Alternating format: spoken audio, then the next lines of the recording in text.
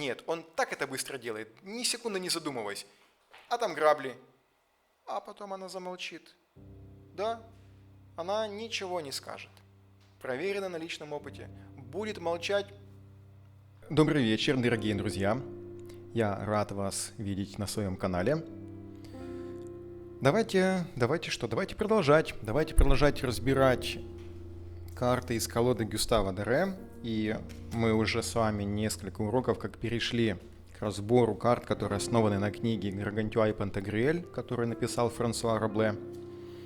И, честно говоря, сегодня один из тех уроков, одна из тех лекций, когда я нахожусь в некотором замешательстве относительно того, почему именно такой выбор гравюры сделала компания Лос Карабео, которые составили и выпустили эту колоду. Почему? Объясняю. Смотрите, в моих руках две карты, которые визуально очень похожи. Я пользуюсь сайтом, который называется archive.org, и в доступе здесь есть книга на оригинальном французском языке с гравюрами, и там все по порядку. И там множество этих самых маленьких гравюр, которые вперемешку также идут прямо посреди текста. И вот это как раз-то мне и помогает выставить правильную хронологию. То есть куда эта гравюра относится, к какой главе, о чем она повествует. Потому что, честно говоря, глядя на этих две, можно запутаться и попробуй понять, а что от них относится к семерке, что относится к девятке, потому что выглядит одинаково и, как ни странно, относится к одному и тому же событию. Смотрите, начало главы 36. Это то, что мы с вами разбирали на прошлой лекции, семерка жезлов. И вот наша гравюра, вот она изображена. Перелистываем дальше, надпись. И на следующей страничке у нас эта гравюра. Снова надпись. Следующая гравюра, которая относится у нас к этой же главе. И дальше пошла глава 37. Так, чтобы уже не было прям сомнений, я перевел ту часть текста, которая находится на тыльной стороне гравюры, которая относится у нас к сегодняшнему уроку, к девятке жезлов. Затем обрушился своим большим деревом на замок и сильными ударами сбил их башни и крепости и разрушил все на земле. Таким образом, все были сломаны и разорваны на куски те, кто был в, там неточности перевода, наверное, в башне или в замке. И глава 36. В принципе, здесь видно на римскими цифрами написана глава, которая и соответствует главе у меня в книге. Ошибки быть не может. Две эти карты, я к чему веду, эти две карты относятся, мало того, что к одной и той же главе, они относятся к одному и тому же событию. Лос Карабео, почему так? Неужели не было другой гравюры, с помощью которой можно было показать девятку жезлов? Рекомендую те, кто попал именно на этот разбор, посмотреть все-таки семерку жезлов в начале, потом перейти на девятку жезлов. Мало того, что они идут и в хронологии в колоде последовательно, а в колоде Гюстава Дере они вообще, эти карты, в одной главе лежат. Хотя и по смыслу должны показывать несколько разные, не то чтобы события, интерпретацию, вариацию, отношение человека к этим событиям. Но мы будем, конечно же, об этом уже говорить в более глубинном разборе, когда после прочтения кусочка начнем с вами обсуждать, а что же у нас изображено в традиционной колоде Уэйта на этой карте, что обозначает этот уставший, испуганный человек с перевязанной головой, как это соотносится с Гаргантюа, который здесь стоит с жезлом, и в отличие от этой позы, где он прям крушит замок, здесь ощущение, что он решил несколько отдохнуть. Пусть вас это в заблуждение не вводит, потому что здесь видно войско, которое на него нападает. Все, что у нас изображено на самой гравюре, смотрите, в принципе, она сама по себе не занимает гравюра намного больше места, чем ту часть, которую компания Лос Карабео взяли для карты. Почти все поместилось, чуть-чуть войско слева, чуть-чуть войско справа выходит за пределы карты, сути нам это не меняет. То есть мы ничего нового с вами не увидели по этой карте. В принципе, все попало, то, что на гравюре, попало и в саму эту карту. Видно, что Гаргантюа, наш великан, он разрушает замок, внизу войско, которое атакует его, пытается проткнуть ему ноги своими маленькими копьями, которые подобны иглам, ни больше, ни меньше для Гаргантюа. И уж точно никакого вреда они ему не предоставляют. Это видно по его такой меланхоличной даже несколько, флегматичной, я бы даже сказал, позе, выражению лица, мол, ну, там где-то кто-то внизу копошится, ну и пожалуйста, я буду заниматься своим делом. Так на первый взгляд. Но посмотрим, так ли это на самом деле. Поступим мы с вами традиционным образом, как, в общем-то, мы делали это все в прошлые разы. Я сейчас зачитаю тот кусочек, который у нас находится в книге. Есть парочку отсылов, они прям в этой главе таки просятся, чтобы их озвучить. Мы завяжем это по ходу текста, я объясню с чем. Потом перейдем уже к разбору непосредственно нашей девяточки жезлов в традиционном значении. Будем держать в голове прочитанный текст, как он соотносится с событиями, которые разворачиваются в борьбе с Пикрахолом в этой войне. Итак, глава 36. О том, как Гаргантюа разрушил замок при Ветском Броде, и о том, как воины его перешли брод. Возвратившись из разведки, Гимнас доложил, что собой представляет неприятель. Рассказал о той хитрости, благодаря которой он один справился с целой воинской частью, и в заключение объявил, что все они канальи, грабители и разбойники, в военной науке ничего не смыслящие, и что Гаргантюа со своими спутниками может безбоязненно выступить в поход. Они где без труда перебьют пикрахоловцев, перебьют как скотину. Выслушав эти донесения, Гаргантюа сел на свою громадную кобылу и вместе с вышеперечисленными сподвижниками тронулся в путь.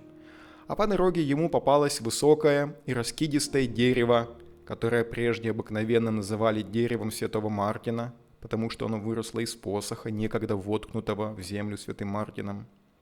И при виде его он сказал: «Это-то мне и нужно. Из этого дерева я сделаю себе и посох, и копье». Затем он без всяких усилий вырвал дерево с корнем, обломал ветки и по своему благоусмотрению обчистил его.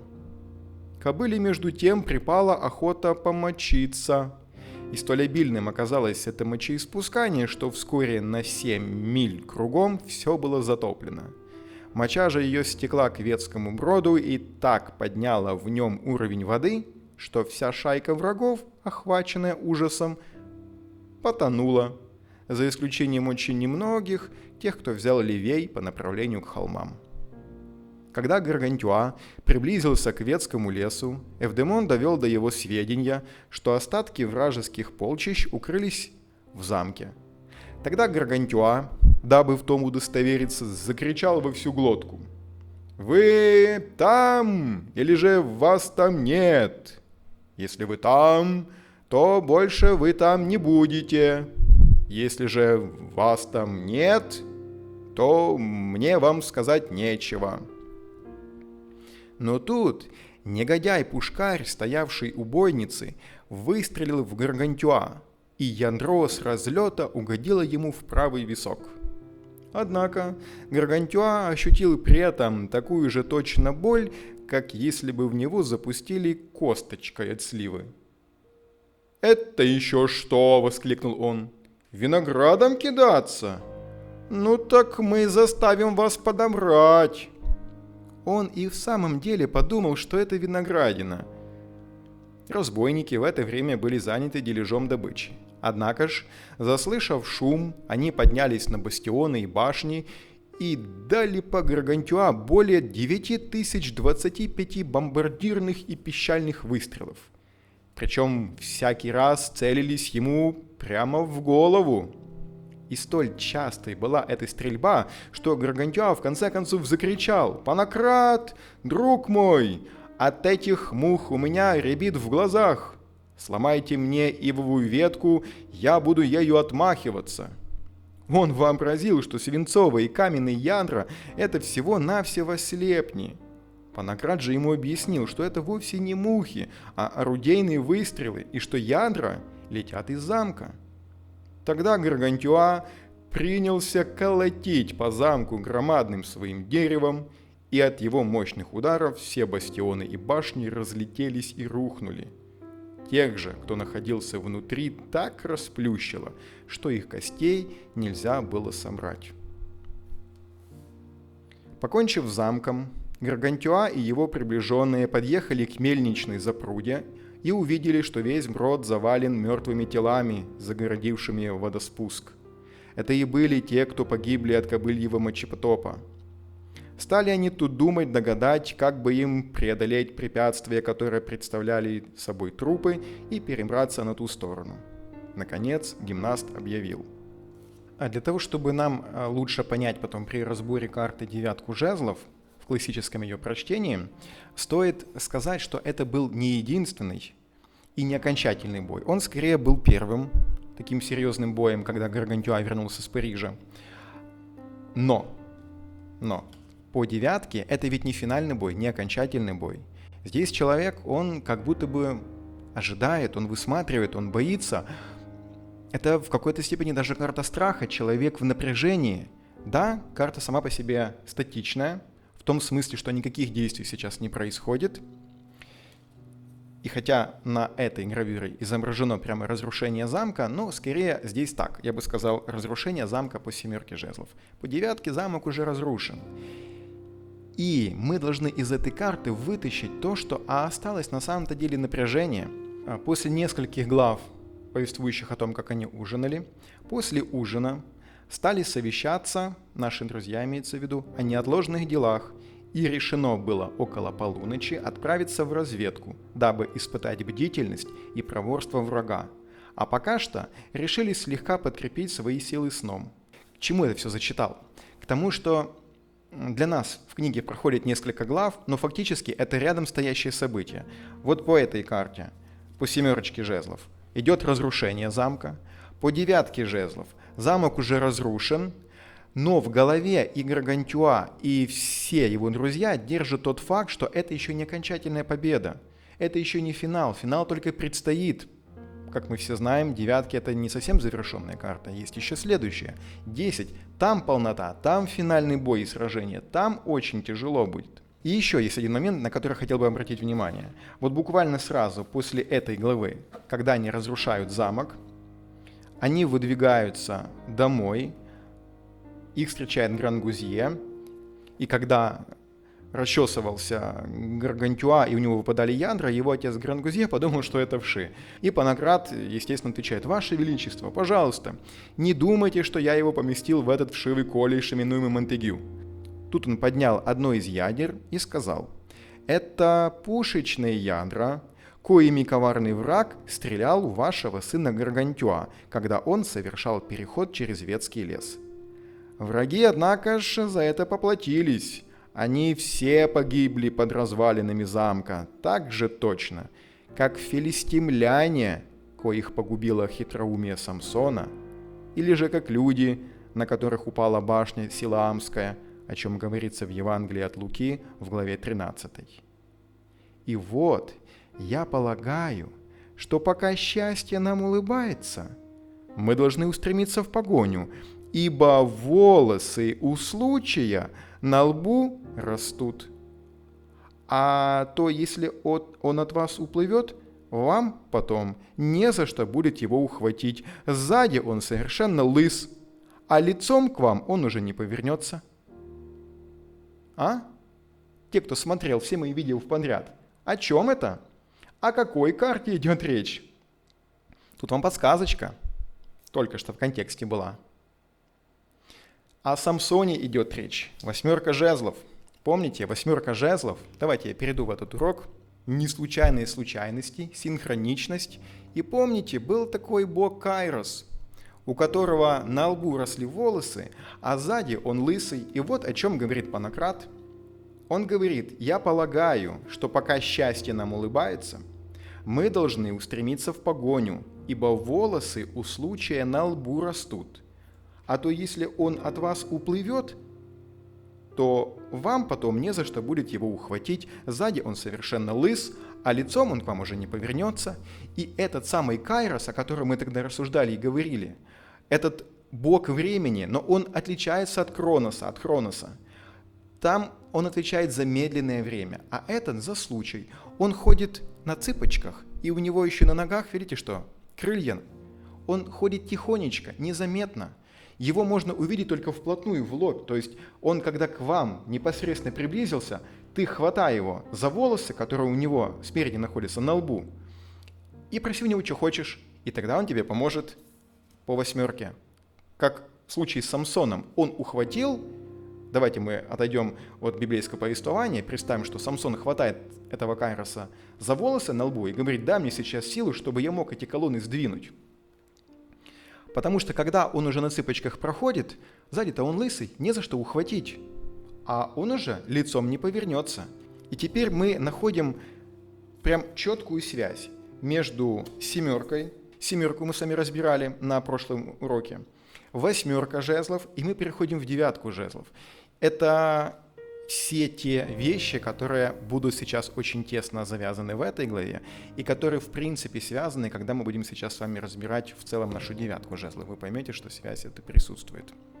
Итак, значит, если исходить из того, что хорошее толкование напряжений не подразумевают, то 9 жезлов – карта трудная, так как она описывает противостояние каких-то сил. Если посмотреть на классическую карту, эта карта статичная. Она не подразумевает какой-то тяжелой борьбы, она не показывает некую динамику.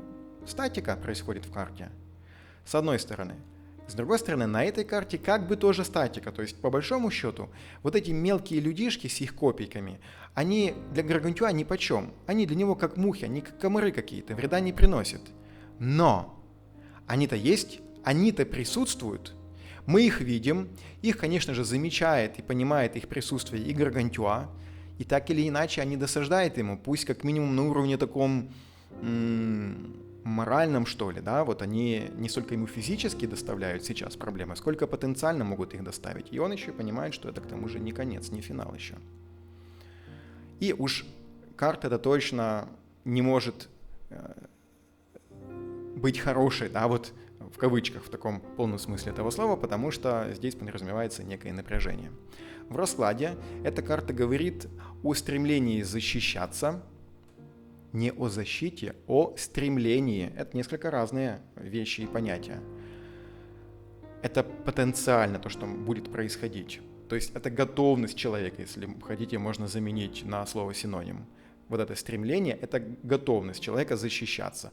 О способности человека справиться с проблемами. Если вы помните, на предыдущем уроке мы разбирали 7 жезлов, там также шла речь о том, что это потенциально человек выйдет победителем.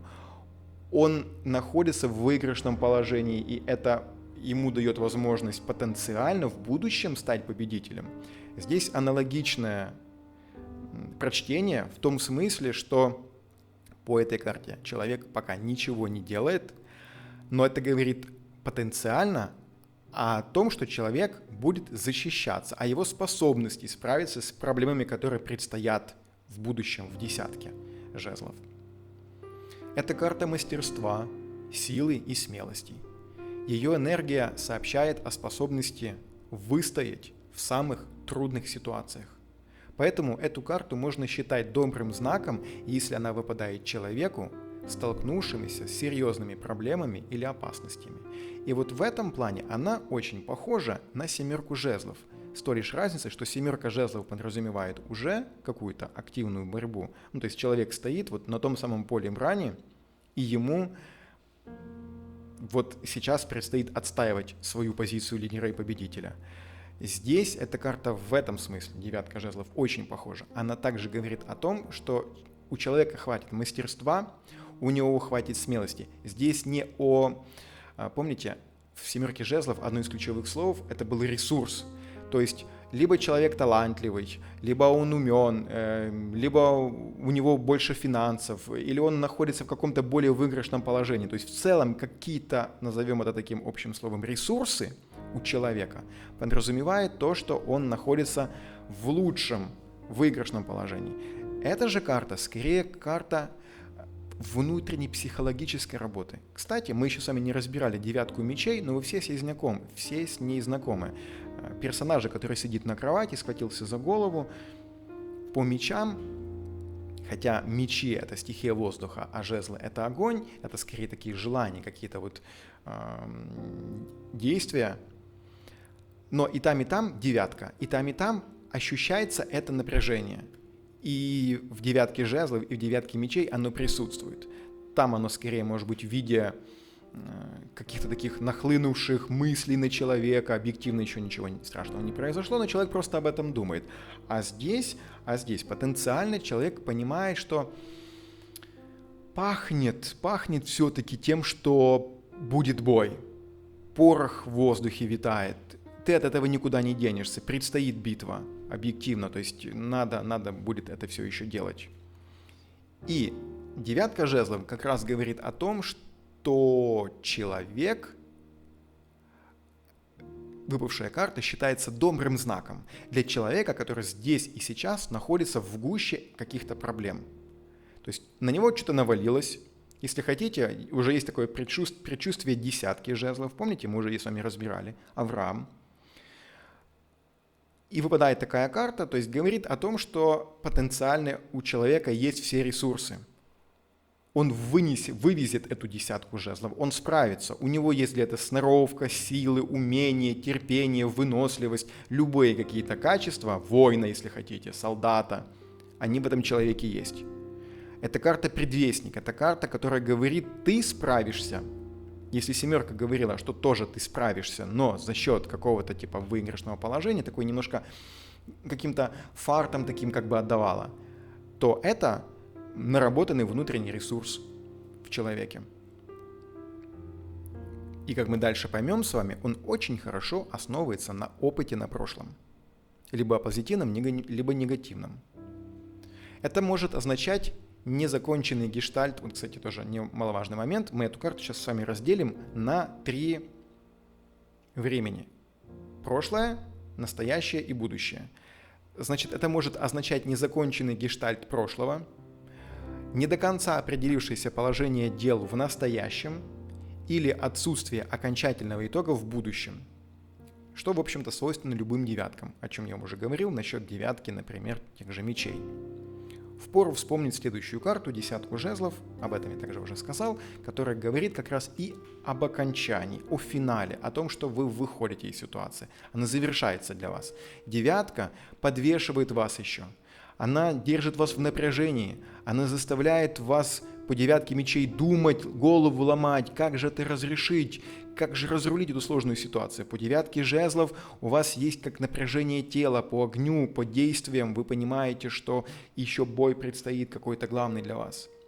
И, соответственно, либо это тянется из прошлого, не закрытый какой-то гештальт, либо вот сейчас прям ничего не решилось, не определилось, подвисло все в воздухе.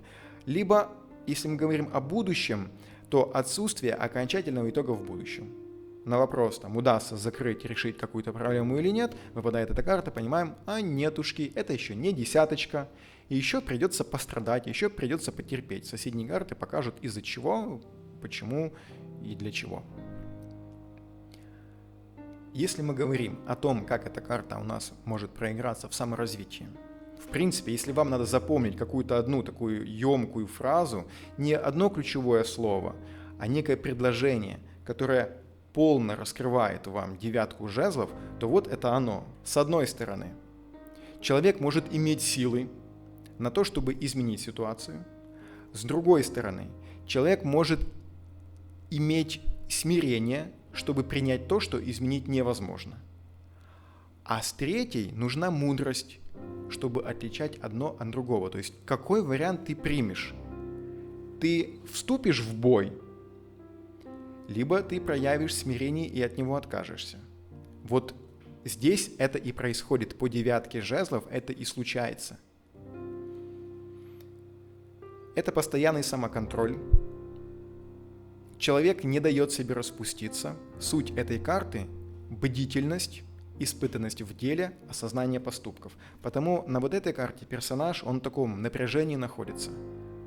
Визуально похоже, что карта статичная, и поза у него статичная, но у него все тело в напряжении, у него лицо в напряжении, у него взгляд, который ищет кто сейчас появится и ворвется в пределы этого аркана, и от него нужно будет защищаться, либо нападать, либо защищаться, но что-то нужно будет делать. Это карта внутреннего напряжения.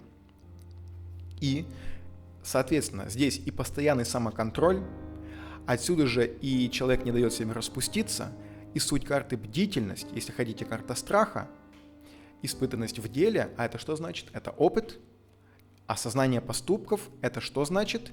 Мониторинг того, где у нас связь, какая? Причинно-следственная, осознание поступков. То есть ты что-то в прошлом делал, это может прилететь тебе сейчас. Либо ты что-то сделаешь сейчас, это отыграется на будущем. Это единство сознательного и подсознательного. Из его проистекает целостность и сила. Пример с увещеванием преподавателя, который наставляет ученика перед экзаменом. Он говорит ему, мол, не тушуйся перед вопросами комиссии, верь в себя, двигайся вперед. А поскольку защита диплома никому не дается просто так, то карта говорит о напряженности, она говорит об угрозе, о необходимости выдержать давление. Она указывает на психологическое ожидание трудностей и перемен, иногда на скрытых врагов. Простой пример из жизни, который я здесь вам привел, это экзамен. Особенно, когда он важный. В общем-то, так чаще всего и бывает. Экзамены, они важны у нас в жизни, они что-то решают, они нам открывают какие-то двери, либо закрывают гештальты, да, как мы уже говорили, там незакрытый гештальт из прошлого. И преподаватель говорит, он вам предвещает ситуацию о том, мол, расслабься, не беспокойся, не тушуйся, у тебя есть силы, ты потенциально сможешь, ты хороший ученик. Он не просто его успокаивает, не просто ему лапши на уши вешает, нет. Он объективно говорит о том, что ты сможешь. Но это же не решает, не убирает самого того факта, что будет экзамен и что комиссия будет этого человека дергать и всячески его испытывать на предмет того. Но комиссия будет у нас вот здесь она будет, экзамен имею в виду, в десяточке. А сейчас вот этот самый момент, это самое напряжение, которое возникло в человеке. Ожидание того, что будет происходить дальше. И еще раз, эти карты очень похожи, эта карта очень похожа с семеркой. Разграничим. Эта карта, скорее, мы сейчас дальше будем это все больше и больше наматывать с вами, как клубок. Очень эта карта сквозит с прошлым. Это Сатурн чуть ли не в чистом виде. Если хотите, тот же отшельник. Это опыт, который мы с вами приобретали за все это время и сейчас в самую пору им воспользоваться. Это не будет удача как таковая по Кайрос, по восьмерке жезлов. Не случайные случайности, принцип синхроничности, когда можно схватить его за волосы и требовать, чего ты хочешь. Нет. Здесь все будет тянуться из прошлого в этой карте. И только благодаря тем навыкам, которые мы с вами приобрели, мы обретаем ту самую уверенность. У нас есть эта сила. Она не так нам дарована. Мы ее потом и кровью заработали. Это также карта защиты и самообороны в психоаналитическом смысле. От смены представления о самом себе, имеется в виду. Это может быть страх перед собственным бессознательным, боязнь разбередить старые раны. Да? Опять у нас возврат в прошлое. Символизирует ожидание трудностей и перемен, ожидание бурных периодов в жизни и предчувствие их, предвидение вражды. Все говорит нам о том, что это может быть очень тесно связано с той же психологически напряженной девяткой мечей. Вот в этом случае. Это мы сейчас о саморазвитии говорим. По этой карте легко не будет, если мы говорим о саморазвитии. Это карта, которая создает прессинг и давление. Карта, которая заставляет алмаз делаться тверже. Она делает булатную сталь, эта карта. В данный момент, может быть, не происходит никаких ударов, но есть давление, есть напряжение. Оно визуально не проявляется, но внутри человека идет мощная борьба. Совет по этой карте. Отбросить неуверенность в себе и сделать то, на что не хватало смелости. Просто взять и сделать. Карта говорит: упорно продолжай свою деятельность и достигнешь желаемого. Благоприятный итог уже близок. Если мы говорим о карьере, это сфера у нас жезлов, продвижение по лестничке наверх. Усталость, с одной стороны, при готовности еще бороться и защищаться. Ситуация почти завершена, но еще не совсем. Поэтому карту можно определить как испытание на прочность. Умное планирование деятельности, высокая самодисциплина, способность справляться с трудностями и проблемами, опять же, смелость под огнем. Все говорит о том, что ситуация сложная, трудная, опять-таки давление, которое в первую очередь вы ощущаете внутри, но продиктовано оно, конечно, либо предстоящими, будущими, имеется в виду внешними обстоятельствами, либо что-то, что тянется из прошлого. Ну и, естественно, в настоящий момент что-то тоже может быть. И, условно говоря, это не то, что случится завтра либо послезавтра. Ситуация уже развилась, она уже есть. Вы сейчас просто в ней не участвуете, но она на вас давит. Внешне. Но давит внутри. Отсюда она не дает вам расслабиться, отсюда идет и развитие. Вообще, чтобы вы понимали, я думаю, вы это все прекрасно сами знаете, что больше всего человек развивается под давлением. Да, ученики, студенты, если человеку нужно освоить что-то новое, лучше всего, результативнее имеется в виду, не лучше всего, когда я говорю лучше всего, я не имею в виду, что это человеку комфортнее всего. Лучше всего имеется в виду результативнее всего, то есть быстрее, качественнее, больше. Человек усваивает материалы, достигает высот тогда, когда на него осуществляется давление, когда прессинг, когда ставятся нереальные какие-то планки, дедлайны, что угодно. Да, человек может сорваться, у него может быть просто башка закипит.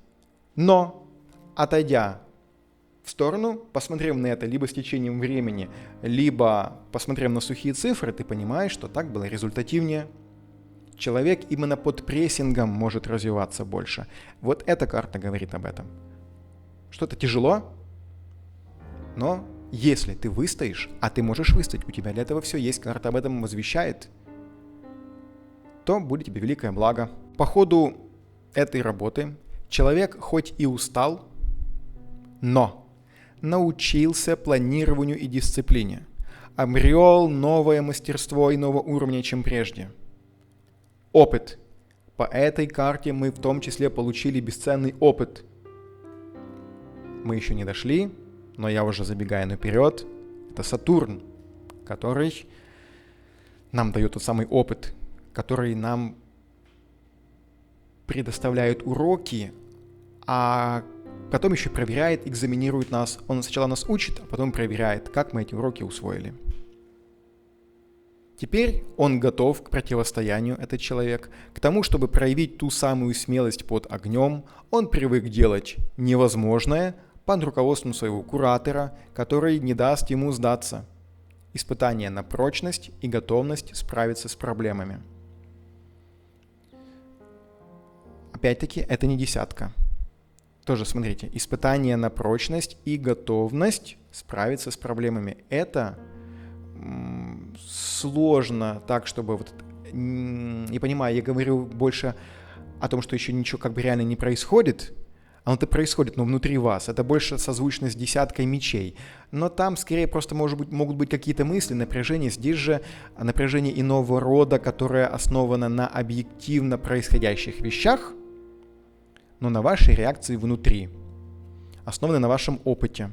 И за время, пока происходило это давление, вы опыт еще больше приобрели, вы прошли важные уроки. Финансы. Старинное толкование и современное толкование по этой карте, они несколько отличаются. Я бы даже так сказал, диаметрально противоположны. Давайте так, традиционное, просто для сведения, чтобы вы понимали. Раньше, в Средневековье, эту карту считали картой финансового успеха. Указатель того, что в материальной сфере все обстоит достаточно благополучно. Человек достиг ранее намеченных целей и теперь пожинает плоды собственного усердия и трудолюбия. Дескать, вот он уже пришел и пожинает плоды. Так вот раньше считалось. Но в практике современных наблюдений это скорее защита от кредиторов, это попытки удержаться на плаву, или не дать разбазарить имеющиеся ресурсы. Карта может описывать и попытки поправить дела после каких-то потрясений, и противостояние вымогательствам. В любом случае, это не самая безоблачная ситуация. Я бы отдал, конечно, предпочтение современному толкованию, поскольку здесь скорее пахнет опасностью и трудной работой, и проблемами, которые еще предстоит решить, нежели достигнутым ранее успехом. Не знаю, где люди несколько сотен лет назад, когда трактовали эти карты, видели здесь достигнутый успех, но коль так трактовали, то, видать, в то время оно так и проигрывалось. Не исключаю, но сейчас это не так. Скорее, финансы, когда мы говорим о финансах, выпадает такая карта, она уж точно не сулит вам никаких денежных прибылей и доходов, скорее, что вы должны напрячься, что вы должны, как по саморазвитию, что? Совет по этой карте. Отбросить неуверенность в себе и сделать то, на что не хватало смелости. То есть нужно брать и делать. Это карта потенциального действия. Она предвещает о том, что, несмотря на то, что на вас оказывается давление, у вас есть опыт, у вас есть силы и стремление ринуться в следующую карту, в десятку.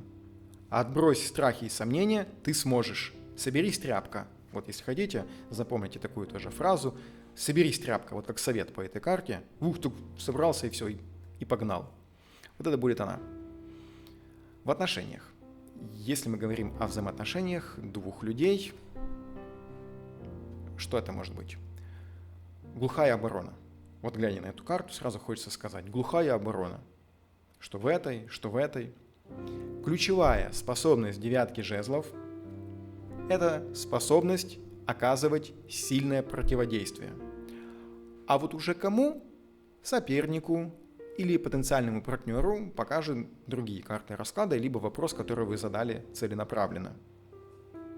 Тут уже, исходя из того, какой это будет вопрос и какие соседние карты покажут, хорошо это для вас или плохо. Кому противостоит этот ваш партнер, вам же, или противостоит другим каким-то соблазнам. Вот так. По этой карте можно отставить как отношения, уже сформированные, например, от посягательств извне, так и свободу от этих отношений. Это карта стойкости в одиночестве. Человек активно защищается от посягательств на себя. То есть он не собирается ни с кем ни встречаться, ни жениться, ни выходить замуж, если это девушка. Она будет отбиваться, она будет защищаться, ей страшной, если вы так уже хотите, можете трактовать, глядя на этого персонажа. Ну, этот страх имеется в виду не такой страх, как по девятке мечей. Это страх благоразумный. Вы, когда переходите дорогу, любой нормальный человек, у него есть чувство страха. От этого мы смотрим в одну сторону, потом смотрим в другую сторону, еще раз в ту сторону, мало ли вдруг там уже кто-то успел подъехать. И только потом переходим. И то, когда переходим с чувством некой опасности. Это помогает нам сохранять жизнь. Но это не исключает того, что мы берем и делаем. Чувство страха есть? Есть. Лицо похожее, когда дорогу переходите, в оживленном месте? Похожее. Момент статичный пока? Статичный. Внутреннее напряжение есть? Есть. Предполагает следующее действие? Да. Наконец-то перейти дорогу, вздохнуть и дальше, прогуливаясь парком, забыть об этих страшных событиях, которые были еще в недавнем прошлом. Вот вам, пожалуйста, короткий пример, как мы с вами прошли девятку и десятку. И вот это самое внутреннее тяжелое напряжение, вот это ощущение страха, но страха хорошего, если хотите, это в какой-то степени инстинкт самосохранения. Но нет, не инстинкт. Это все-таки страх, основанный на каком-то опыте. Много раз переходили дорогу. Если бы это случалось впервые, точно бы не пошли сами. С родителями пошли бы, попросили бы кого-то, что вас перевели. Есть уже опыт. Переходили уже неоднократно. Но тут, может быть, усилилось движение, усилился трафик. Вроде бы все то же самое, но чуть сложнее, труднее. Может быть, светофор перестал работать. А вам надо. Надо перебежать, значит, будет. То есть какие-то вот такие могут быть дополнительные нюансы момента, которые заставляют вас собраться полностью, мобилизовать все внутренние силы свои для того, чтобы совершить финальный рывок. Заставить себя порой надо это сделать. Партнер, описываемый девяткой жезлов, настроен подозрительно и предусмотрительно. Он не доверяет вопрошающему и готов к самообороне в случае чего. У него, что называется, сильный характер. Это когда мы говорим, что не существующая пара, а потенциальный парень, либо девушка, которого вы рассматриваете как вторую половинку, и выпадает такая карта. А человек может находиться в обороне. Почему? Потому что он готов к самообороне в случае чего. Он относится или настроен подозрительно и предусмотрительно. А вот уже почему он так настроен, надо смотреть на других картах. Обязательно есть какая-то причина. В отношениях карта может указывать на отчуждение, отдаление друг от друга, усталость. Живые эмоции и взаимообмен с этой картой связаны слабо. Если мы говорим о том, что пара уже существует и выпадает такая карта на взаимоотношения, она в любом случае говорит о том, что либо кто-то из них, либо в целом отношения таковы, что они требуют отдыха. Люди устали по этой карте. Есть ощущение внутреннего напряжения, есть ощущение, что это еще не конец, не финал. Нам еще предстоит преодолеть какие-то сложные трудности и препятствия, но сейчас человек, может быть, даже уже и выдохся. Он уже и не вмоготу, ему ничего не хочется. А отсюда же карта и отчуждения, то есть некое такого дистанцирования, мол, давай мы пока ты выйди, пожалуйста, за пределы моей карты, а я тут сам с собой поборюсь пока, я себя как-то внутри соберу на то, чтобы ринуться наконец-то и разрешить какую-то проблему между нами.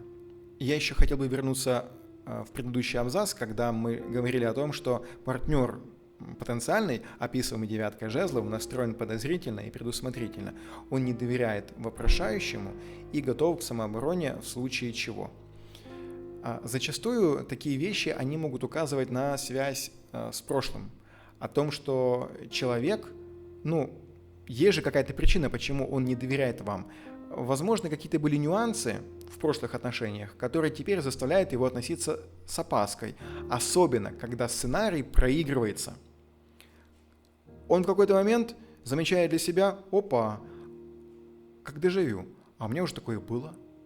Точно, вот так прямо оно все как по сценарию проигрывается. И если я дальше буду вести себя так же, то этот сценарий проиграется так же негативно, как он случился в прошлый раз. Человек начинает тормозить, внутреннее напряжение появляется, и он задумывается. А далее несколько вариантов. Либо он совершенно отказывается, потому что не хочет испытать прежнюю боль, либо он берет паузу, дабы что-то перестроить, как-то посмотреть с другой стороны, перепроверить либо себя, либо партнера. В чем дело? Может быть, мне показалось? Здесь далее записано. Вполне может быть что-то намек на прошлые травмы человека, и теперь он проявляет осторожность и сразу занимает оборонительную позицию, имея опыт, как, например, по семерке жезлов.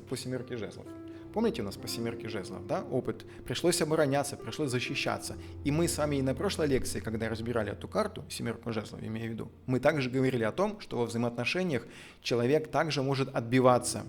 А отбиваться он может, как правило, от трех вещей во взаимоотношениях. Лично от вас, как от партнера, он может отбиваться. Он может отбиваться внутри себя от своих каких-то желаний, отметая все лишнее, оставляя то одно, которое ему важно. И он может отбиваться и от внешних проявлений. То есть человек добропорядочный, человек благочестивый в своих помыслах, он хочет сохранить чистоту отношений. И он будет отбиваться от каких-то, если хотите, конкуренток или конкурентов, которые будут пытаться эту самую пару разрушить, разъединить их. И если так случилось, что был негативный опыт по семерке жезлов, то теперь человек, попадая в похожую ситуацию, включает у себя девятку жезлов. Не семерку, а девятку. Он теперь боится. У него это как срабатывает на уровне инстинкта. Не просто инстинкта, я снова сам себя поправлю. Это опыт, пережитый в прошлом, говорит ему: смотри, снова случается все так же, как в прошлый раз. Сделай что-то по-другому. Кто знаком с Сатурном, понимает, что я сейчас говорю про Сатурн, про его уроки. В реверсе это также может быть недобор или перебор. Это карта как минимум препятствий и отсрочек, проблем и неприятностей. В худшем случае провала, потери и бедствий. Ничем приятным в перевернутом прочтении эта карта не пахнет. Речь идет о том, что ваша вся эта оборона, она приведет в переборе, например, да, что вы можете уж очень долго занимать ту самую оборонительную позицию, долго строить планы, долго выжидать, долго мобилизовать внутренние силы, долго решаться на то, чтобы там, не знаю, банальный случай, перейти дорогу. В недоборе, наоборот, могут быть какие-то поспешные действия, когда стоило бы, хотя тут уже как посмотреть, может быть даже как раз и перебор, то есть будут более поспешные действия, быстрые, да, больше огня, быстрее, а в недоборе-то человек будет такой вот очень долго все это раскачивать, собираться, не решаться, все как-то он с ноги на ногу будет перетаптываться, бояться, и вот будет страх съедать, прошлый опыт будет на него постоянно давить, не давая ему шансов действовать. Он будет бездейственный. Соответственно, дело что провалится. Девушка разворачивается и уходит. А возможно, это была девушка, ему судьбой предназначена. Возможно, это была девушка его мечты. Но негативный прошлый опыт, который он не смог сейчас по-другому перестроить в себе. И вот это колебание, метание, они не позволили сделать ему решительный шаг. Хотя если как совет воспринимать, то что? Отбрось неуверенность в себе и сделай то, на что не хватает смелости. Если мы говорим о переборе, человек, наоборот, может быть чересчур решительный. Может быть, ситуация снова такая же повторяется, да? А ты, сколько той жизни, и на те же грабли. Шмяк, полбу бабах, упал, очнулся, гипс. Это также карта, которая говорит, что опыт ничему не учит. Человек снова и снова наступает на грабли, которые один раз уже стукнули его по перевязанному лбу. Вот автор намекает, что здесь перевязанный лоб, да? В негативном прочтении никакой опыт, не то что чужие, тебя собственные шишки не учат. Ты сколько раз уже наступала на этих ухажеров своих. Они у тебя все какие-то одинаковые, они у тебя как под гребеночку все. Ничего тебя не научила, ничему. Вот об этом как раз идет речь. Это будет в негативном прочтении. Тогда то, что я вам сказал, да, это будет такой перебор, когда человек спешит наступить на эти грабли, он спешит произвести какие-то действия, он не хочет взять паузу вынужденную на то, чтобы собрать внутренние силы и в нужный момент выступить вперед и решительно потом действовать. Нет, он так это быстро делает, ни секунды не задумываясь. А там грабли, как для него приготовленные специально, по лбу бабах и все. Я же говорю, в недоборе человек будет долго колебаться, не решаться, с ноги на ногу топтаться, там уже и грабли заросли травой, уже и девушка-то ушла. Вот. Может говорить о том, что человек так старательно защищает то, что, в общем-то, и не нуждается в защите. И как итог, такое противостояние лишь отнимает у человека и силы, и энергию, и шанс сам по себе также может уходить. То есть человек очень старательно защищает, например, внутри себя свою собственную свободу. Он так старательно защищает. Я же говорю, это получается как недобор. Человек очень долго. Мне так было в прошлый раз больно, мне так было ужасно. Я ни за что теперь не решусь на это. И как бы и хочется, и колется. Но больше колется, чем хочется. И он так и не решился. И стерзал внутри себя всего до 7-го пота. И шанс свой также упустил. В виде совета или даже скорее предостережения можно сказать, что стоит отказаться от такого поведения. Да, имеется в виду глухой обороны. Вот такой вот занять такую глухую оборону, чтобы никого к себе не подпускать вовнутрь или снаружи. Ключевые моменты. Противостояние сил.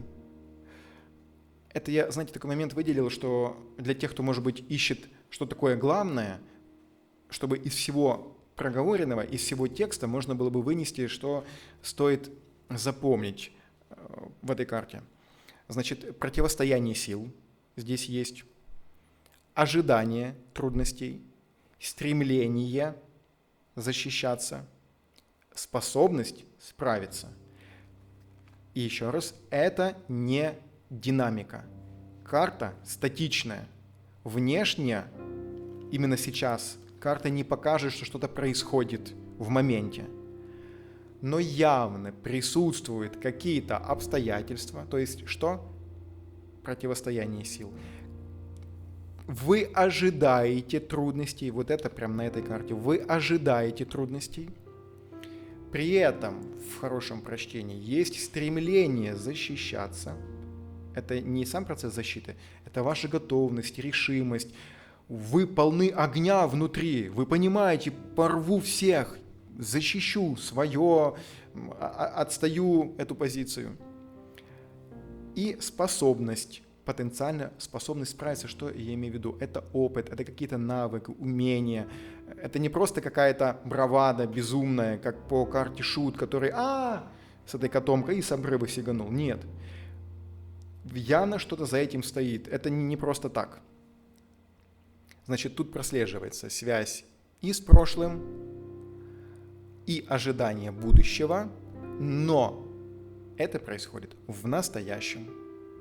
И эта карта созвучна с благоразумием. Я себе здесь сделал пометочку, чтобы мы с вами перешли в урок. Помните вот эту вот картину? Благоразумие Тициана. Напомню вам своими словами. Вот этих 3 лица, которые объединены в одном человеке. Это мы сейчас находимся в моменте, оглядываясь назад в прошлое. Мы перенимаем тот опыт для того, чтобы применить его сейчас, сделать какое-то действие, которое в будущем не приведет к плохим последствиям. То есть именно сейчас в моменте мы должны связать между собой 2 времени и применить их в 3-м времени. Опыт из прошлого, действие сейчас, которое повлияет на будущее. Вот это и есть prudence, это и есть благоразумие. И в этой карте оно присутствует. Это помните, как во 2-м доме, 2-й дом. То есть есть вот человек, и по 7-му дому это конкретный враг, который вот сейчас перед вами, а 2-й дом это в целом вот враждебный мир вокруг вас. Это человек, идущий по лесу. Он потенциально понимает, что этот мир, этот лес, он враждебно против него настроен. Но когда волк выскочит из лесу, это уже 7-й дом. Так вот, здесь, в принципе, может, так сказать, глобально это 2-й дом. Ничего пока конкретного, но есть какое-то ощущение того, что, кстати, соседние карты могут показать, что это вполне может быть и конкретная ситуация. Имею в виду, что вот в моменте сейчас не происходит никакой борьбы. Противостояние сил объективно есть. Ожидание трудностей – это тяжелая внутренняя какая-то борьба, работа человека. Стремление, то есть огонь по жезлам, стремление защищаться и способность справиться, то есть включение опыта. И поэтому прослеживается связь с прошлым, ожидание будущего, но то, что сейчас происходит в настоящем. Это у нас prudence, это у нас будет благоразумие по этой карте. Все. Переходим мы с вами в Сатурн. Сатурн – планета кармы не в большей степени, чем любая другая. Однако он делает карму ощутимой для человека и потому пользуется заслуженной нелюбовью человечества. Никому не хочется идти всю жизнь долгой и трудной дорогой служения людям и эволюции. Сатурн представляет принцип, противоположный принципу расширения Юпитера, то есть принцип индивидуации, замыкания в себе и внутренней проработки. Сатурн будет заставлять нас обращать внимание все то, что происходит во внешнем мире, на себя. Вот оно по этой карте. Все то, что происходит в внешнем мире, вот это ощущение противостояния, враждебности какой-то, оно заставляет вас внутри напрягаться. Вы не по 7 жезлов отбиваетесь, вы по 9 жезлов напряглись. Вот этот Сатурн. Вот этот предвестник карты башня, который я так часто упоминаю. Как минимум десятки жезлов, помните? Аркан башня, имею в виду. 10-й зодиакальный дом у нас сюда же. Наивный взгляд на Сатурн заключается в том, что он ограничивает человека и его возможности. Визуально это похоже на внешнее действие кармы. То есть наивный взгляд, да, имеется в виду поверхностный, такой незрелый, неправдивый заключается в том, что Сатурн ограничивает человека и его возможности.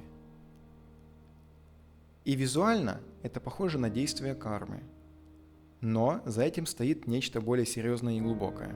Основная функция Сатурна заключается в том, что он направляет внимание человека куда?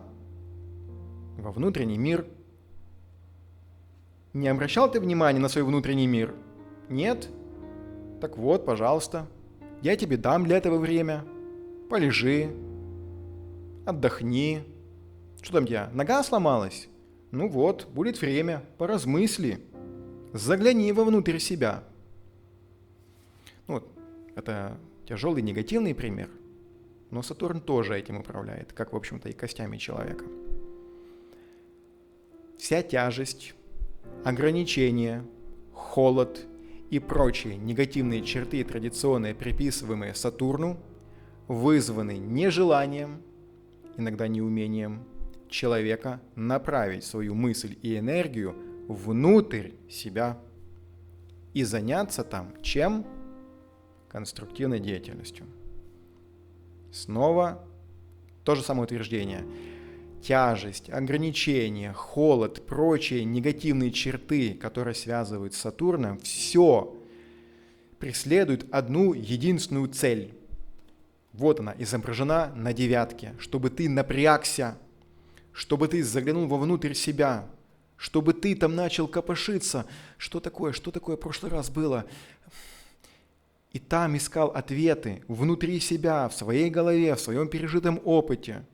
Если такое уже было, если это уже не первые грабли, то спроси себя, почему снова я на них наступил? Почему этот проклятый Сатурн, он снова навел меня на эти грабли? Я наступил, а им не шмякнули по лбу. Что не так с тобой, о великий Сатурн? Что не так с тобой, о великий человек? Почему ты снова на них наступил? Я же тебе говорил, обойди их, выбери другой путь, другую дорогу, не ходи сюда. Но у тебя крепкий лоб, видать. Ничего, мы поможем тебе с этим справиться. Если не слушать карму, игнорировать ее смутные и недвусмысленные намеки или идти заведомо против течения, то в какой-то момент ее рука делается стальной. Как правило, внутренняя работа гораздо тяжелее, труднее, важнее и ответственнее внешней. Более того, внешняя работа может вообще рассматриваться как символ предварительно проведенной внутренней. А тяжелая внешняя работа означает плохую и недостаточную предварительную внутреннюю подготовку. Тяжело осознать, витиевато написано, объясняя простым языком. Экзамен. Плохо готовились на экзамен. Легко вам было во время подготовки к экзамену? Легко? Легко. Пришли, и что получилось на экзамене? Тяжело. И пристыдили, и двойку поставили, и заставили прийти пересдавать, и какие-то хвосты, и все вывернули вам наружу, и вспомнили все ваши прошлые прегрешения. И второй вариант. Тяжело вам было при подготовке на экзамен. Вы сидели, никуда не ходили, вы сами себя стеснили в обстоятельствах, у вас была внутренняя тяжелая напряженная работа. И когда пришло время аудита, а Сатурн, он и проводит аудит вашей жизни, если хотите, он экзаменирует вас. А вы прошли его легко? Легко прошли, потому что у вас до этого была тяжелая внутренняя работа. Я не знаю, почему здесь так витиевато это все сказано. Суть-то простая. Еще раз. Внутренняя работа гораздо тяжелее, труднее, важнее и ответственнее внешней, это понятно. Более того, внешняя работа, имеется в виду в правильном сценарии, внешняя работа вообще рассматривается как символ предварительно проведенный внутренний. То есть внешняя работа, если хорошо сделанная внутренняя, внешняя работа как экзамен, который сдается легко.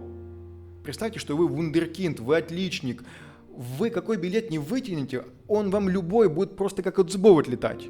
Вы тянете его, да, есть некоторое волнение, есть там легкий мандраж, рассказали, и все, и вы красавчик.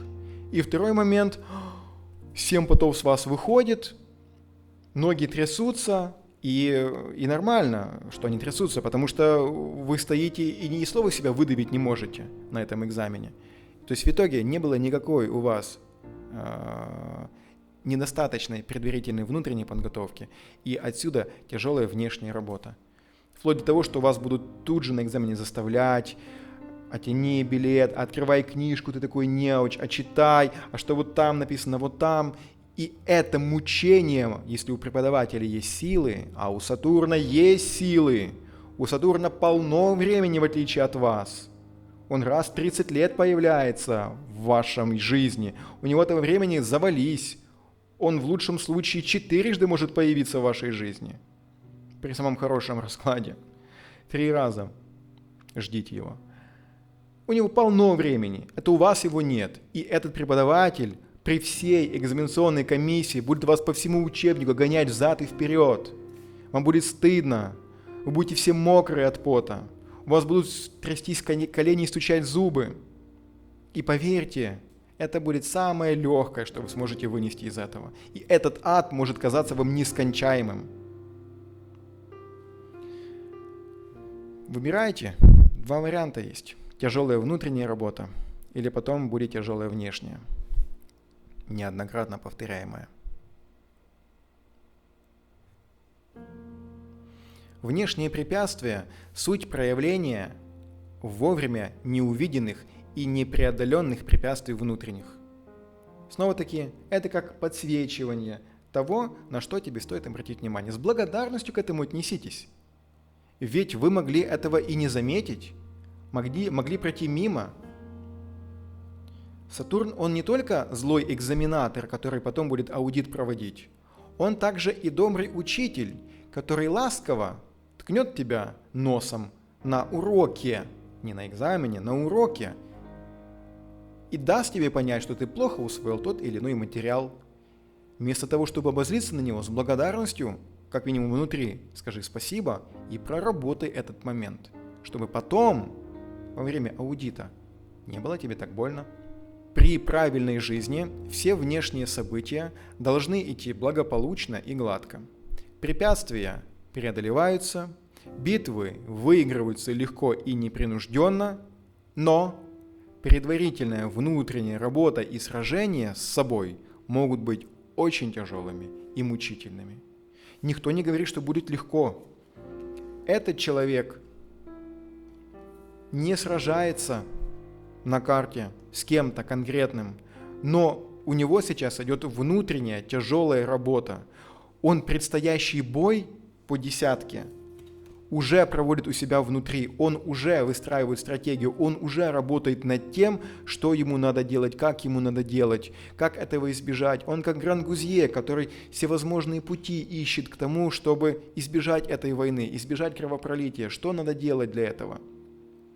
Тяжелая работа, которая проводится здесь у человека. И она, автор Авессалом Подводный, пишет о том, что тяжелее порой даже карма, которая проявляется. Что такое карма? Шандрахнул тебя разок, повалялся в больничке, ну ничего, выписали тебя и пошел дальше собирать новые грабли.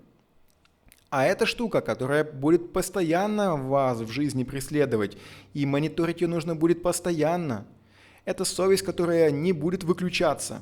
Человек, вокруг которого все время идут сильные дисгармоничные события, фактически игнорирует необходимость внутренней работы. Он выбрасывает свой личный душевный мусор и хлам во внешний мир. Вот вам, люди, расхлебывайте. Вместо того, чтобы внутренне работать над ним, у него вокруг будет очень много проблем. Это сразу понятно. Если у человека много таких вот внешних каких-то проблем, значит внутри у него все хорошо. Человек ни о чем не парится, он не работает внутри над собой.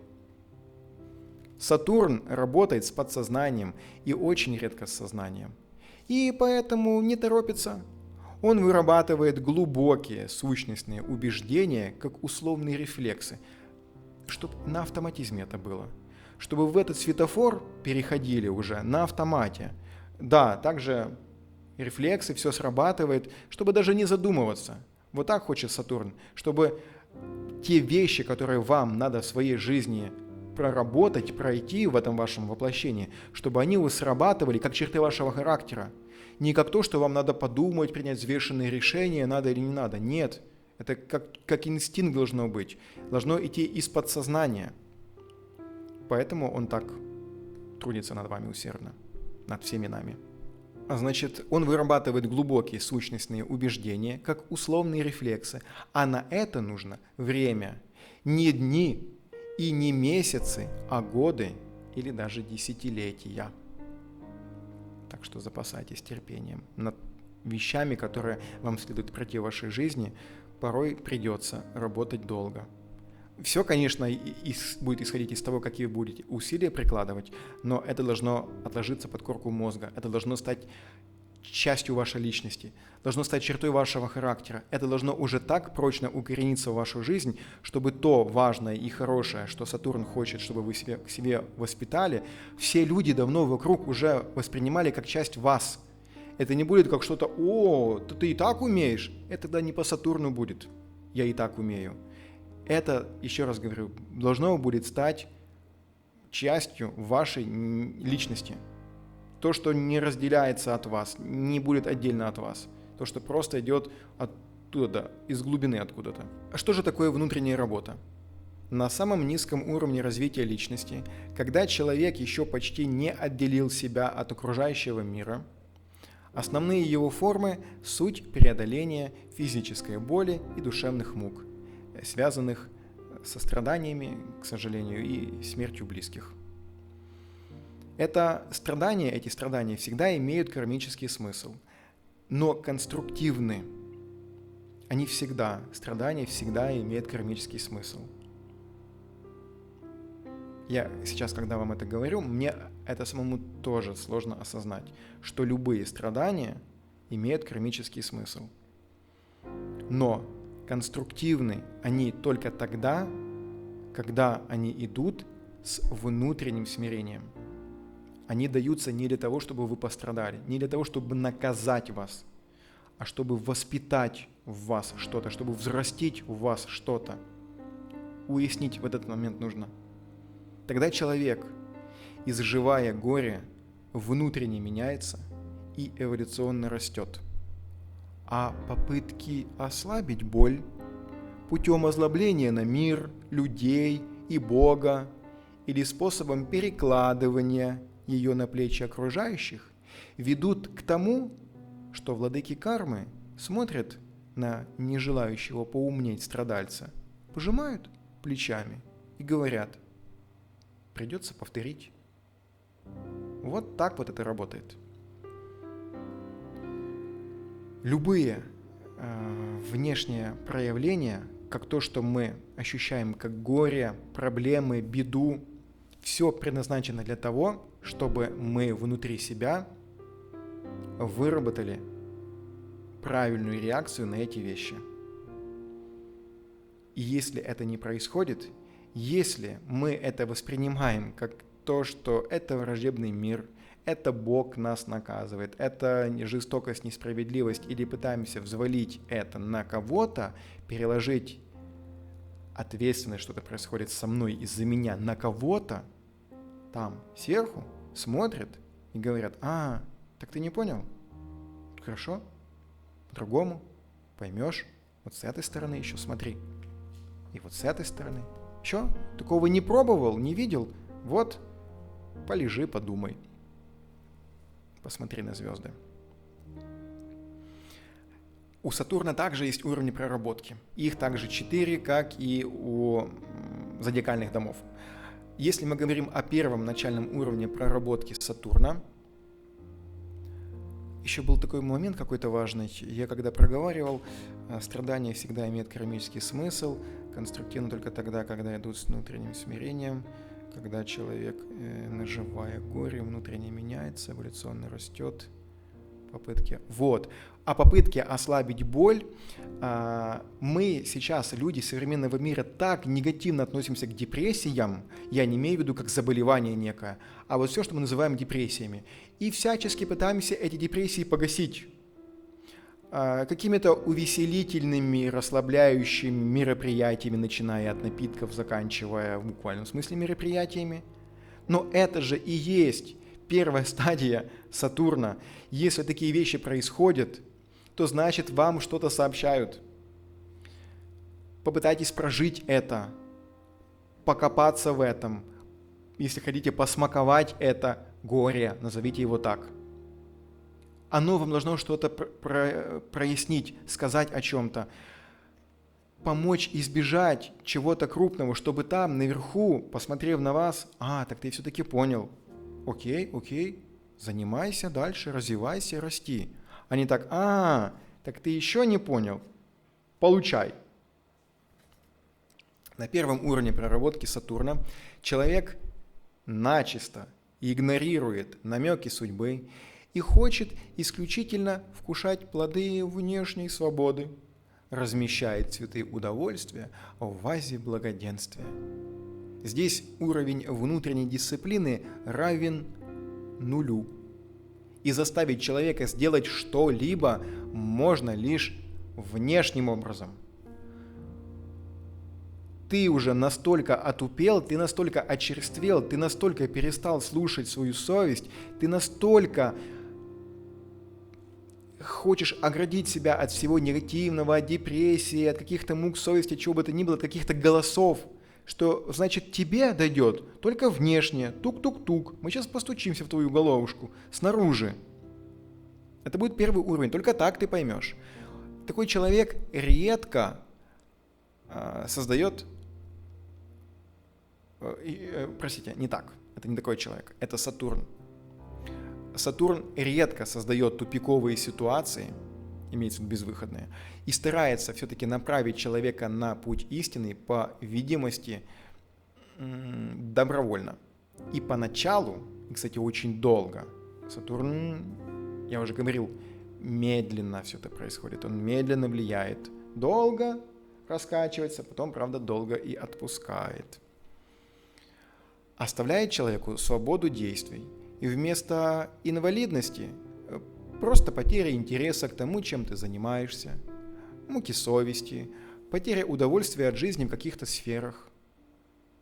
Это уже прям надо дойти до крайности, чтобы человеку начали стучаться. Я же говорю, внешне все, значит, остальные методы уже были опробованы, уже было много сигналов. Ты от них отмахивался, отнекивался, не пытался ни слышать, ни видеть, ни знать, ничего. Это крайняя мера. И то она будет иметь выход. Это не будет тупиковая ситуация. Даже там будет какой-то выход.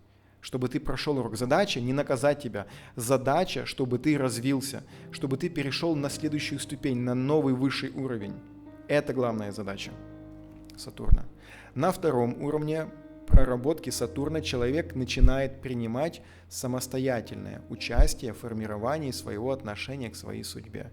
Если на первом человек совершенно игнорирует намеки судьбы, муки совести, звук внутреннего голоса у него отсутствует напрочь, то на втором уровне человек уже начинает принимать даже участие самостоятельное в формировании своего отношения к своей судьбе.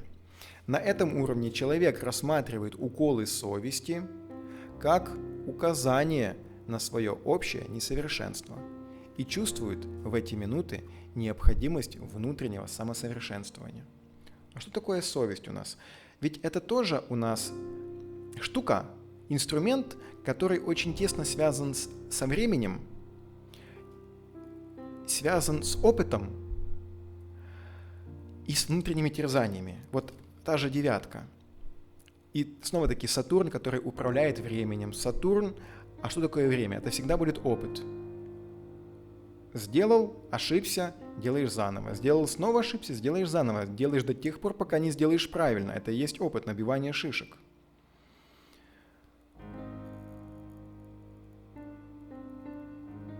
И человек вот эти вот уколы совести, внутренний звоночек, он рассматривает как сигналы к тому, что я понял, не надо дальше, мне этого достаточно, я тебя услышал, я это исправлю, я поработаю над собой.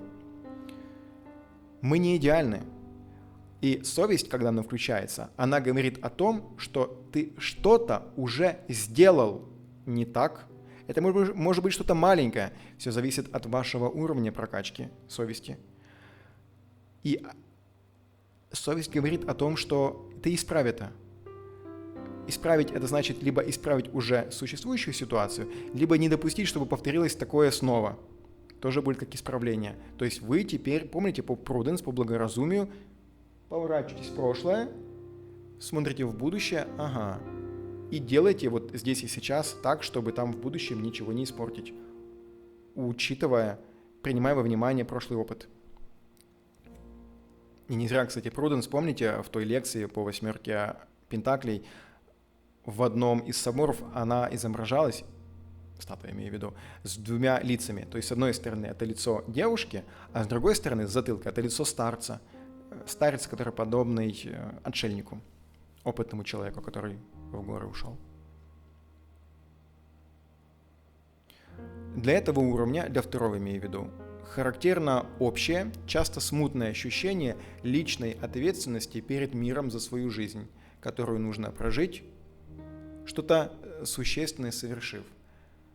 То есть такое смутное, размытое, не совсем понятное ощущение того, что надо жизнь прожить так, чтобы ты что-нибудь полезное для общества сделал. Это где-то такие намеки, зародыши могут появляться на втором уровне. Именно на втором уровне проработки Сатурна человек начинает ценить и пытается выработать в себе внутреннюю сосредоточенность и дисциплину. Умение концентрировать внутренние силы в одном направлении, не размениваясь по пустякам. Он видит, что в определенных сатурновских ситуациях без этого ничего не получается. То есть именно на втором уровне человек начинает вырабатывать в себе дисциплину, сосредоточенность, умение концентрации, бить в одну точку. То есть все эти вещи, которые приходят к нам, когда мы в чем-то ограничены. Снова-таки, экзамен. Мы сами себя внутри дисциплинируем, заставляем, боремся с прокрастинацией, выстраиваем себе 5 шагов успешного человека и кучу еще смотрим каких-то тренингов, которые мотивируют нас на то, чтобы мы мобилизовали все внутренние силы и заставили себя усердно изо дня в день учиться. Мы сами себя ограничили в этом. Это один сценарий. А второй нас потом ограничит экзаменатор, заставляя приходить после занятий, пересдавать, хвосты эти все. И в конце концов таки выучить. Не дать взятку, а выучить. Только уже более сложным путем. Окольными, так сказать, путями. Так вот, именно на вот этом втором уровне к человеку приходит понимание, что ты не соскочишь с этого, что рано или поздно тебе придется это сделать. Поэтому лучше рано, ибо жизнь коротка, это у Сатурна времени полно, а у тебя только этот опыт. Проходи его здесь и сейчас. Неизвестно, какой будет следующий. Легче он будет или нет. Коль ты уже понял, коль ты уже на втором уровне осознал, полдела сделано. Только бери теперь и делай, работай над этим. На третьем уровне проработки Сатурна появляется эволюционное сознание, чувство своей судьбы как единого целого и ее прямой связи с судьбой своего окружения. Взрыв башки. Еще раз. Чувство своей судьбы как единого целого и прямой связи с судьбой своего окружения. Это вообще немыслимо. Это как? Это что? Я своей судьбой еще как-то связан с моим окружением? Я не просто личность и индивидуальность? Мы как в одной лодке, в одной упряжке, что ли? А как они со мной связаны? А как я с ними связан? Вообще непонятно. Я не шучу сейчас. В смысле, я раньше материал это тоже читал, но мои эмоции сейчас вполне искренние. Таковыми они и были, когда я читал это впервые. Далее человек на этом третьем уровне обнаруживает, что его внутреннее состояние прямо влияет на любую его внешнюю деятельность и успех в делах, даже, казалось бы, совершенно от этого независящих. Помните вот этот фильм, эту фразу знаменитую «Взмах крыла бабочки на одном конце континента может привести к урагану на другом». Не связанные вещи, а они потом оказываются взаимосвязанные. И человек на третьем уровне эту связь видит. На практическом опыте он уже это проделывал, он так уже делал, и это работает. Он нашел эту причинно-следственную связь. Ну, точнее, он не видит эти ниточки, которые все между собой связывают. Но он заметил, что если вот здесь сделать так, то с другой стороны почему-то получается эдак. Связи вроде прямой никакой нету, причинно-следственной. И отсюда и понимание. Так это получается, мы между собой все связаны. Так это я не изолированный от этого общества и от своего окружения. Это получается, мы все как-то связаны. Это что получается? Меняя себя, я меняю тебя? Меняя себя, и ты меняешься. Получается, что так. На этом уровне препятствия приветствуются. Отсрочки воспринимаются человеком как указание на его неготовность и добавочную возможность или даже необходимость дополнительной внутренней работы. Если что-то не получилось у человека, не получил он вовремя то, к чему шел, он не расстраивается. Он усердно к этому шел. Он работал над этим. Он готовился к этому экзамену, но не сдал. Расстроился? Нет.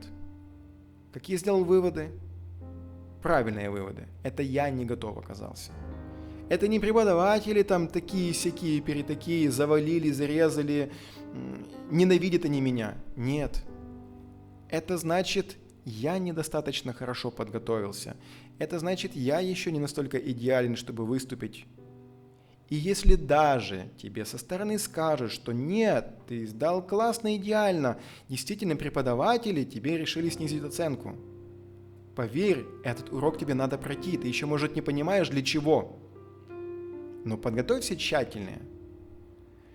Сатурн еще больше хочет тебя дисциплинировать. Возможно, тебе именно этого не хватит ровно через год.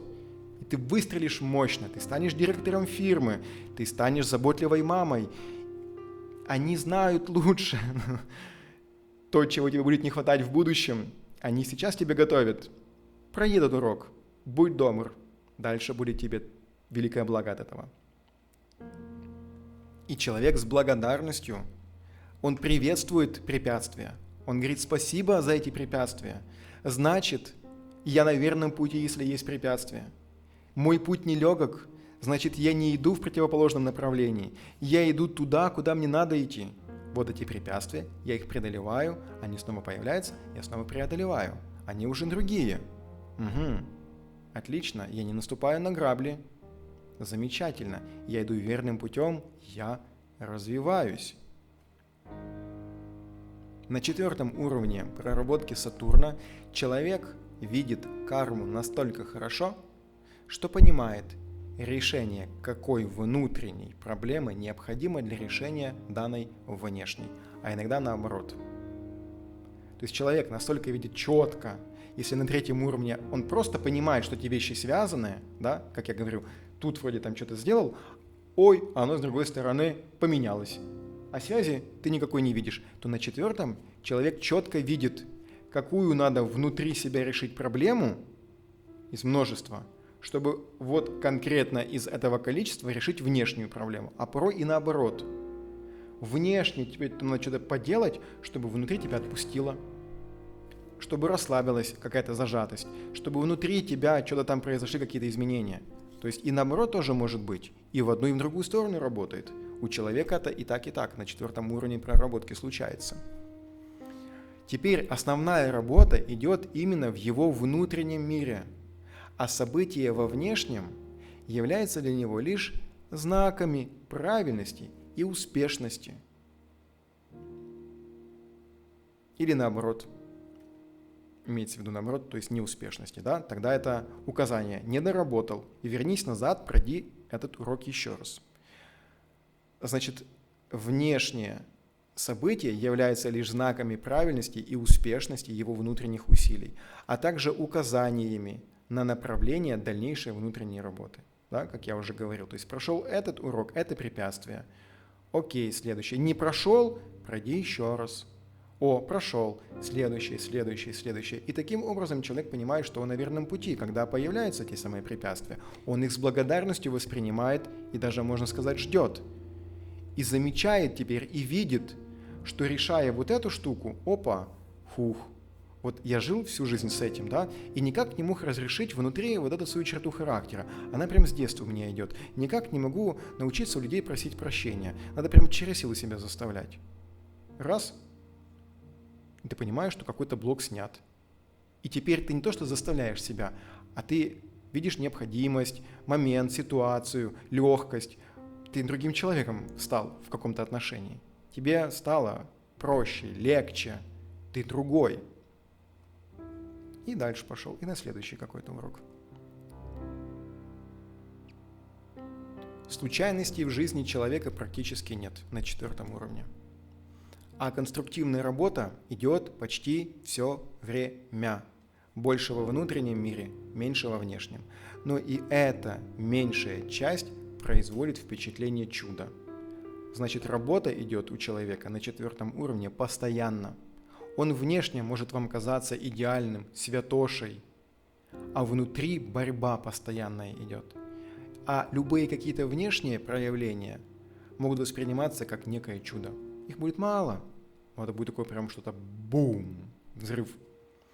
Это уровень высокого святого, основная работа которого происходит в его душе, напрямую связанной с большими эгрегорами. Общение с таким человеком может привести к мгновенному просветлению или преображению, а может дать еле уловимый сознанием эффект. То есть такой человек, находясь рядом с ними, общаясь с ним, ты понимаешь, что необычный человек, непростой. И раньше люди-отшельники, да, вот по этой карте, имеется в виду по 9-му, не дому, по 9-му аркану, по цифре 9, отшельник, аркан старший, они уходили в горы для того, чтобы прожить свою жизнь по Сатурну. Сатурн, в общем-то, и управляет у нас этим арканом. Но время-то поменялось. Сейчас такие люди не прячутся в кельях, они не уходят в горы. Им сейчас сложнее. Вот потому здесь и идет речь о том, что человек такой напрямую связан с большими эгрегорами. Он живет в городе, он живет среди общества, он сталкивается с тем. И ему вот в этом всем, в этих ситуациях, в этих обстоятельствах и надо как раз сохранять свою внутреннюю чистоту и проходить те уроки. И порой это даже может быть сложнее, чем спрятаться где-нибудь в келье. Ты должен быть социализированным, ты должен не отличаться от всех остальных внешне. А внутри большая и сложная работа. И потому святость этого человека может ощущаться. И люди такие могут быть среди вас, это могут быть ваши знакомые. Перемещаемся с вами мы в соответствие, которые могут у нас проиграться в этой карте в разных наших сферах. И начнем мы традиционно с жезлов. Это у нас карьера. Стойкость. Человек стоит, запомните, стойкость. Стоит, никуда он не денется, проблемы есть, давление есть, внешнее, где-то там оно в среде обитает. Человек стойкий на работе, не пошатнешь его. Как Гаргантюа этого не пошатнешь. Он великан такой, его не свалишь с ног. Испытание на прочность. Это прям такое сатурновское что-то. Как не в данный момент удар какой-то нужно выдержать, вынести, как по 7 жезлов, бой провести. Нет, это прям испытание на прочность. Это такое что-то растянутое во времени, пахнет опытом, противостоянием. Потенциальное противодействие может быть. То есть пока еще ничего не видно, но потенциально это может прям все случиться, произойти. Просто усталость может быть по этой карте. То есть вот так она, соседние могут подсказать, отображает то, что человек должен отдохнуть, ему требуется перерыв какой-то. Опыт. при каком-то значении, опять же, по Сатурну может говорить о том, что здесь прослеживается опыт, или нужно им воспользоваться тем самым опытом. Снова в бой, и все нипочем. То есть человек снова и снова может проходить какие-то уроки, снова кидаться в бой. Тут уже либо в негативном прочтении, либо в позитивном. В негативном это будет как наступание на грабли, в позитивном как то, что снова какая-то повторяется ситуация, может быть даже по Сатурну на работе, но человек готов, и он снова кидается в бой, и ему в принципе снова нипочем. То есть он снова оказывается между молотом и наковальней и с готовностью ринулся в этот бой. Если мы говорим о кубках, о взаимоотношениях между людьми, двумя близкими, как правило, противоположного пола, то это может быть противодействие. Тут уже надо смотреть или партнеру, или сопернику. Соседние карты, либо сам вопрос подскажут нам, кому человек противостоит, кому он собирается противодействовать. И пока это еще могут не быть конкретные какие-то действия, но внутри человек уже напрягся. Он уже выстроил эти жезлы у себя за спиной. Не подходи либо вообще к моей семье, к моему партнеру, да, к нашей ячейке, к нашей паре, либо от человека хочет дистанцироваться. Я устал. Или я устала от тебя и хочу отдохнуть. Давай мы побудем с тобой на расстоянии. Отстаивание отношений может быть. Либо защита от них.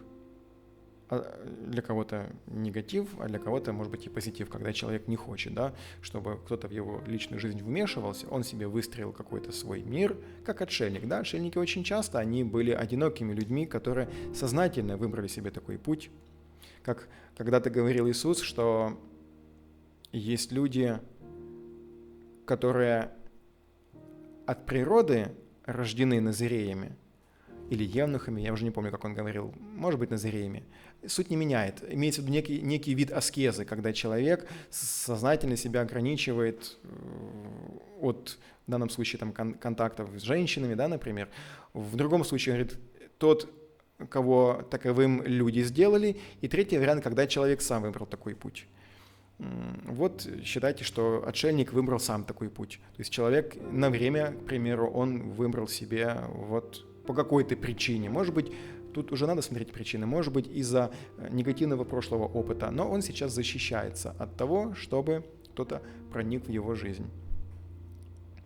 Усталость в отношениях. Если уже пара существует, вот, прям надо уже все отдохнуть. Вымоталась я, не могу вся уже совсем. Нет сил, дай мне. Спокойствие.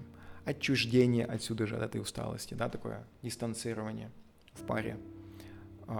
Травма прошлого может указывать. Опять-таки Сатурн, да, какие-то уроки из прошлого, незакрытые гештальты, помните?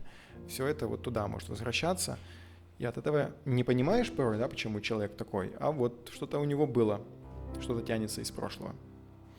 Если мы говорим о пентаклях, то это противостояние трудностям, снова-таки, да, противостояние. Оно везде присутствует, готовность противостоять, опыт, который мы есть. В данном случае противостояние трудностям. Опыт прошлого, да, то есть мы уже, значит, были в подобной ситуации, карта может вам сказать. Ты уже такое проходил, либо как совет, значит, обратись там в прошлое, имеется в виду, есть какие-то навыки, есть что-то уже, что ты делал, сделай так же, если как совет. Пауза на подумать. Может быть, если речь идет о том, чтобы принять решение о покупке или продаже, это собери все силы, внутренне мобилизуй их, опыт. Помните, здесь стоит включить вот это prudence, благоразумие. Посмотри в прошлое, подумай сейчас, какое примешь решение, чтобы в будущем было все хорошо. То есть пауза на подумать. Ну и принимай взвешенные решения, да, это, в общем-то, следует из этого, из паузы на подумать, потом и принимай взвешенные решения. Готовность действовать. По этой карте человек готов действовать. Он еще не действует, но он сделает это. В саморазвитии. Осознание поступков. Это, можно сказать, конечно, и опыт, но тут не просто опыт как явление, а скорее его анализ, осознание того, что ты уже прожил, как ты это прожил, к чему это привело, нахождение вот этих вот всех связей, прокрутка всего этого в голове. Ну и вообще мечи, и голова, и мысли, стихия воздуха, они все между собой очень тесно связаны и такие чуть ли не тождественные понятия. Я здесь отдельно написал Сатурн. Не то, чтобы Сатурн как-то здесь должен проиграться, просто вы запомните, да, что в саморазвитии, в девятке жезлов у нас присутствует Сатурн. Понимание, что эта планета делает, за что она отвечает за время, за опыт, за прохождение уроков, за аудит в нашей жизни. Я не знаю, знакомы ли вы с праздниками Сатурналии, которые потом плавненько перекочевали в Новый год, когда придет Дедушка Мороз, и тот, кто хорошо вел себя в течение года, слушался папу и маму, приносил хорошие оценки со школы, подарочек получит, а кто плохо себя вел, и такой и сякой был, Дед Мороз не забирал их, а раньше забирал в мешок и увозил непонятно куда. Так вот, праздник Сатурналии, он подразумевал как раз то, что хороших животных мы оставим на следующий год, а плохих, строптивых, непослушных, бодливых коз каких-то мы под нож. Они не выживут. Вот так вот Сатурн, в общем-то, и проводил аудит в этих Сатурналиях. Кого-то он возвеличивал, а кого-то он опускал вниз. Ну и тут Сатурналии и отшельники, и Сатурн, они очень прям, вы поняли, да? Пахнет этим уже, колесом фортуны. Но там не просто фортуна, там закономерность на самом деле. Прохождение уроков кармы по саморазвитию, по девятке жезлов. То есть, если какой-то вопрос такой глубинный, мы рассматриваем себя, либо клиента, а почему, а от чего, а что нужно сделать, и выпадает такая карта, кроме того, что это Сатурн, да, это и прохождение каких-то уроков. Почему это происходит? Да, потому что надо так пройти. Уже подобные вещи были. Может быть, ты не обращал внимания. Так вот, теперь высшие силы обращают твое внимание более пристально. С другой стороны, они уже прям стучатся в твою черепную коробку и тебе напрямую говорят, что тебе надо делать. Может быть, изоляция. Изоляция как по отшельнику, но и здесь, по вот этой карте, особенно уэйтовской, человек изолирован. Он здесь один на карте. Он оградил себя вот этими жезлами. Но это внутренняя, конечно, работа. Это имеется в виду внутренняя изоляция. Но мы и говорим о саморазвитии. Ну и внутренняя борьба. Я рядышками написал. Совесть. Как отдельное явление, если хотите. Те голоса, которые внутри возникают, которые там грызет что-то вас, там говорит, плохо ты поступил. Не надо так делать. Ай-яй-яй. Исправь это. Если не давать своей совести себя грызть, то однажды она умрет от голода. Раз ты ее проигнорируешь, другой, третий, а потом она замолчит. Да, она ничего не скажет. Проверено на личном опыте. Будет молчать, а потом уже прилетит тебя. Заговорит уже потом, только не совесть. Сатурн. Смирение. Где Сатурн, там и смирение. Но если надо что-то выработать по этой карте, какой-то прямой урок, то это может быть смирение, выдержка, терпение, как такие какие-то отдельные качества, если хотите. Они просто очень такие хорошие сатурновские качества. Просто можете их запомнить как те вещи, которые по этой карте нужно в себе воспитать. Не так уж и быстро, без малого 2 часа, но нужно было эту тему с Сатурном раскрыть полнее. У нас еще будут, мне кажется, возможности заглянуть на Сатурн с разных сторон. И когда-то, я думаю, мы поговорим с вами и о периоде Садесати более подробно, но мы уже к нему плавно подходим, и, в принципе, даже ту информацию, которую я вам сейчас рассказал, она поможет проанализировать себя, понять, подумать, на каком уровне вы, например, находитесь в проработке Сатурна в вашей жизни. Когда, возможно, такой период был, может быть, он есть сейчас. И в целом, если говорить об этой карте, помним, что любые какие-то внешние проявления, любое внешнее давление, оно в первую очередь предназначено для того, чтобы мы обратили свое внимание На кого? На врага своего? Нет, на себя, но вовнутрь, чтобы у нас появилось время на вот этой карте для напряженной внутренней работы, которая поможет нам действовать. Помните по Сатурну? Для того, чтобы решить внешнюю проблему, мы решаем ее внутри, а иногда наоборот. Внешнюю проблему решив, что-то там внутри у себя, какие-то отмычечки открыли, и жить стало легче. Поэтому по этой карте идет напряжение внешних обстоятельств, которое заставляет нас посмотреть вовнутрь себя, поработать внутри себя и потом действовать сообразно с тем, что мы вынесли по этому пройденному уроку. Поэтому я желаю вам правильного отношения к тому, что происходит в вашей жизни, даже в негативном исполнении. Я хотел бы, конечно, сказать, что пусть в вашей жизни не случается никаких проблем, но я скажу по-другому. Пусть все те проблемы, которые в вашей жизни происходят, вы мониторите и отслеживаете внутри у себя, там внутри у себя их решаете. Лучше вы проводите в течение всей своей жизни тяжелую внутреннюю работу, но чтобы внешняя ваша жизнь, она вам дарила благоденствие и процветание благодаря вашей упорной работе. Чтобы вы с успехом проходили те самые экзамены, которые предстоит вам проходить в будущей жизни. Желаю вам всем удачи, всем пока.